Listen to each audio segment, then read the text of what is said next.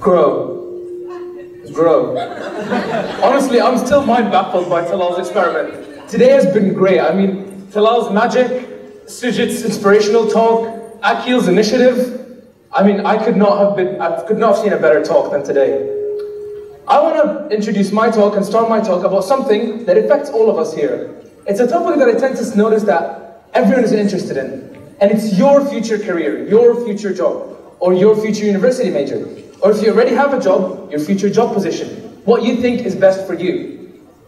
So let's have a quick raise of hands here, show of hands. How many of you here think they know what they want to do with their future? What their dream job or dream career is? Only 6, 7 of you? 8? Well, the problem is, do you really?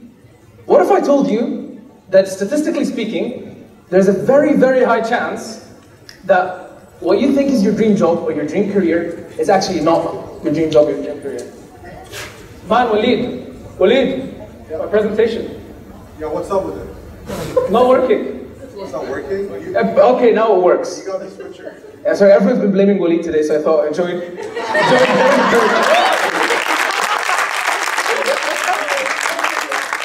I mean, I can't be left out. Oh my God. Sorry, Waleed. I'm still gonna tell my mom.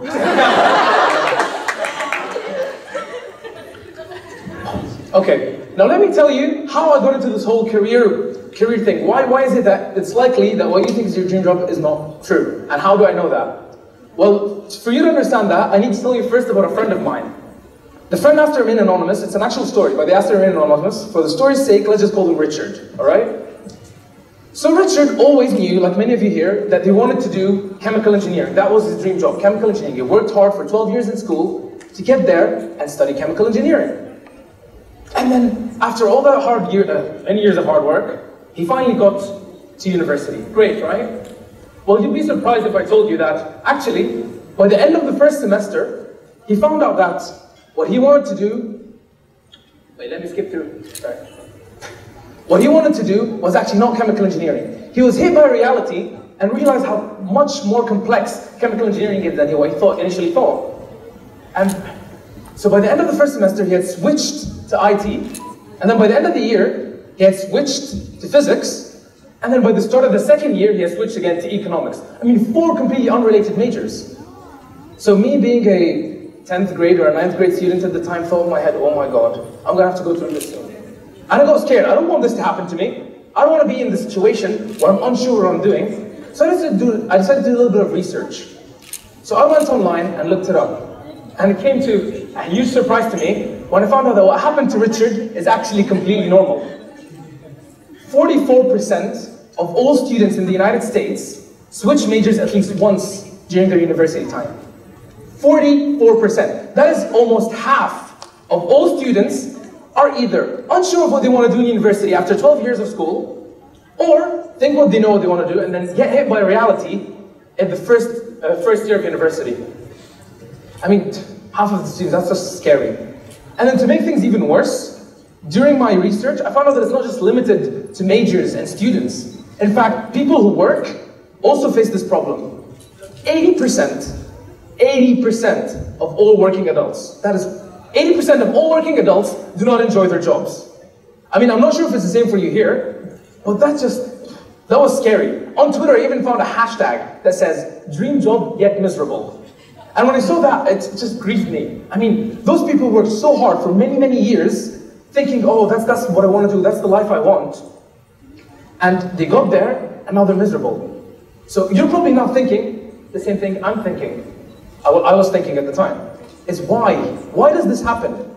And more importantly, how can I stop this from happening to me? How can I stop this from happening to you? How do you check that what you think is your future actually is your future? Well, to explain how we can avoid such a problem, first let me recap on what a dream job is. I'm sure most of you already know what a dream job is, but just for the youngsters or so forth that don't know, let's have a quick recap. A dream job is a combination of those 3 things. So 1 is your passion, 2 is your talent, and 3 is your career. Passion is what you love to do. So let's say, for example, I love driving vans. Driving van is my passion. Talent is what you're good at. I'm good at making ice cream. All right? And career is what someone would pay you to do. people like to pay to eat ice cream. So I would presume that my dream job is being an ice cream man. That's what I think my dream job is. Well, theoretically speaking, hypothetically. I don't actually want to be an ice cream man, don't worry. My parents would kill me.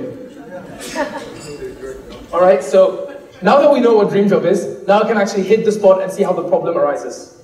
So, Walid, here. The problem, hey, I have to blame you if anything is so working without you. You got the switcher. Yeah, that's it. I clicked twice and then put the one. That's blame lazy. But yeah, basically, the problem can arise because you either misjudge your talent, so you misjudge your talent and therefore misjudge what your dream job is, or even worse, misjudge your passion. You don't know what you love, you're not sure about what you love. And that's how you can also misjudge your dream job. I want to talk about this separately. So let me first talk about misjudging your talent. That can happen in many ways. You can overestimate or underestimate your talent. I mean, that happens to all of us. None of us here are perfect. You might think you're better at something, you might be this big guy thinking you can lift, the small guy starting you can lift all those weights, or vice versa, you might underestimate yourself. And that would result in you presuming a job is your dream job even though it's not. How to solve this? Well, it's actually quite simple, and we do it quite often. You need to go find your strength, seek them, look for people, go to your parents, go to your teachers. What am I good at? What are you good at? What are you good at? What am I good at? Ask them, find out from them. What do you think I'm good at? I'm good at speaking. I'm good at, see, I didn't know that, thank you for telling me. So that's how you find your strength. You can also use websites like strengthfinder.com and so forth. So this problem is easily solved. You just need to seek finding your talents. The next problem with regards to talent is not developing your talent or not discovering a specific talent you have. You might be really good at something and just don't know yet. So how do we solve such a problem? Well, allow me to use a slightly odd analogy to explain this problem and how to fix it, sorry. So let's say the day you're born, you're given a suitcase, right? Let me just check here. Yes, I have it with me. The day I was born, I was given this suitcase. It's not an actual suitcase I was given when I was born, it's just hypothetical. And then you take the suitcase with you everywhere you go. And you're given those little boxes, let's call them talents. And then as you go around with your life, you fill up your suitcase with talents. I didn't open my suitcase for your hand, but let's just say it's filled up with talents now. But like any suitcase, the more you fill it up, the heavier it gets. And the heavier it gets, the harder it gets to move it around. The harder it gets to seek new talents. And the more full it gets, obviously, the less space available for you to fill with new talents. So this is how we can collect our talents, all right? The problem arises when we have this since we're little kids. And as a child, I'm not sure what's good for me. I do not know that universities are going to be talented at speaking or talented at... what's this noise, man? I'm sorry, it turns out... They don't only hate you, Akil, they hate me as well, don't worry. But basically, by collecting those talents, you gain your knowledge, and as a child, you're not sure what talents you need. So you might fill it up with some useful stuff, like, how to level up on RuneScape, or how to play World of Warcraft. Some of you might find it interesting, but I find that stuff that won't help me in the future. I might fill up my bag with this kind of stuff and have no space for the important material. So how can we avoid such a problem? Well, there's 3 ways. 1, awareness. Teachers, parents, make your kids aware from a young age of the skills they will need. Tell them to seek leadership, seek support. Because if we were told that, if I as a kid was told that public speaking would be helpful, I would have sought it since a young age. I only started seeking this kind of conferences as I turned 16, maybe 15. And by then, my bag was already filled with some stuff like my love for watching Japanese cartoons, anime as we know them. And then, so make them aware of what they need to do. That's the first solution. The second solution is help them fill their suitcases. Even at an older age, you don't have to be a kid to be helped. Going to class, normally, let's say at school, your teachers help you fill your suitcase. They give you talents. Here, have some mathematical abilities. Here, have some physics, have some chemistry. And you fill up your bag with those abilities. So help them fill it up so they can make sure they fill it up. And the last but not least, the way to solve the suitcase problem, that mostly applies to adults and university students. You might be thinking, oh, well, I've been living for a long time. 18 years, 19 years, 20 years. My bag is already full enough. Well, it's not too late because, like any bag, if you organize your talents, you organize and make new spaces for new stuff. And that's it for talent, problem solved. And wait. That made Walid happy, as you can tell. Thanks, Walid. And now moving on to the next problem. It's slightly more complex than talent, because talent is simple, everyone's working on it. It's passion. What you love. You're probably thinking, passion? What I love? How could I be wrong about what I love? I mean, it's what I love. I can't be wrong about it. Actually, unfortunately, it turns out you can. Look here, without talent, without passion, talent won't be anything, as the picture says. And to give you an example of how a lot of people might think they love something and then find out they're not, I'm going to use an interview I saw on YouTube. There was this guy studying forensic medicine, and he dropped out of university. So a member of the university was interviewing him, and they asked him, why? Why is it that you dropped out? I mean, why did you pull off a Richard and switch majors? Why did you drop out of university and not complete your forensic medicine degree? And he straight up said, well, initially, I thought forensic medicine was just going to be like Dexter and CSI, going around investigating, using medical skills to find out new crime and help the world. And then I found out there's boring science, biology, and I just couldn't take it, so I had to quit. And that is the problem. We're constantly being given false advertisement about specific careers or career choices. And then we think, oh yeah, that's what I want to do. Oh, that guy is a doctor and he's saving lives every day. That's what I want to do. But that might not be the case. You've never been a doctor, you've never done that job. You can't be 100% sure. And the problem is, it's not just advertisement that does that. It's people around us. Like, let's say my cousin is an engineer. He might not be liking engineering, but for some reason, we tend to advertise what we do. We tend to be upset. Like, if you ask me how it feels being a student, I'd be like, yes, I love being a student. But deep inside, I'm like, not really. So we tend to, for some reason, advertise what we do, which gives people kind of the feel of, oh, wow, that's better than I thought it was. So how do we solve this problem? Again, this has been attempted several times by internships and career counseling. But do they actually work? I mean, internship and career counseling are both put into our lives quite late. By then we have filled our bag with talents and developed our talents. By then we've most likely made a career choice. And this is just, for us, it's just, oh, some guy saying this is not my actual career. What is he saying? That guy doesn't know what he's saying. And they also don't give us a real representation of the job. Donkey work, as Shannon called it the other day. You are, as an intern sometimes, they just, any work, oh, get us some coffee, So you might presume, oh, well, they're only making me do that because I'm an intern. When I get the real job, it'll be interesting. So this is the problem with the current solutions. So how can we find out our passion? How can we make sure that what I think I love, I actually love? Well, that's when I decided to get creative and come up with my own idea. I call it the reality program.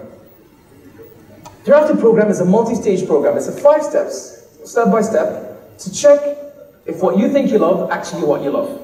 Wait, how do we do that? Well, there we go. Step 1 of this is quite simple. It's a normal career test. You go in, you tell them what you think you like. Let's say, I want to be an ice cream man. So I tell the guy, okay, I want to be an ice cream man. He said, all right, let me do some tests. Then they suggest some other jobs. They're like, oh, you can do that, you can do this, you can do that. And then you have decided what job range you want to do, around what you want to study, or if it's past university, what you want to get for a job. And that leads to the second point. What you've decided on, well, you be shown a timeline of that. So let's say I picked ice cream man again.